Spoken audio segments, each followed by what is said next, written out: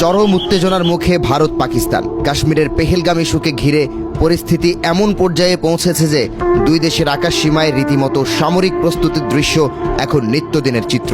আর কাশ্মীর সীমান্তের নিয়ন্ত্রণ রেখায় দুই দেশের গোলাগুলি এখন প্রায় প্রতি রাতের ঘটনা। এরই মধ্যে পাকিস্তানের জন্য নিজেদের আকাশ সীমাও বন্ধ ঘোষণা করছে ভারত। মঙ্গলবার রাতেও নিয়ন্ত্রণ রেখার কাছাকাছি ভারতের 4টি রাফাল যুদ্ধবিমানকে পিছু হটতে বাধ্য করার দাবি করেছে পাকিস্তান। তাদের ভাষ্য অনুযায়ী পাকিস্তান বিমান বাহিনীর তৎপরতায় যুদ্ধবিমানগুলো নিজের আকাশ সীমায় ফিরে যেতে বাধ্য হয়। ঘটনাটি ঘটেছে 29 ও 30 এপ্রিলের মধ্যবর্তী রাতে। পাকিস্তানের পক্ষ থেকে বলা হয়েছে, ভারত যে কোনো সময় এমনকি 24 থেকে 36 ঘন্টার মধ্যেও হামলা চালাতে পারে। ফলে দেশ জুড়ে আকাশ প্রতিরক্ষা ব্যবস্থা জোরদার করা হয়েছে। সতর্কতা জারি হয়েছে বিমানবন্দরগুলোতেও।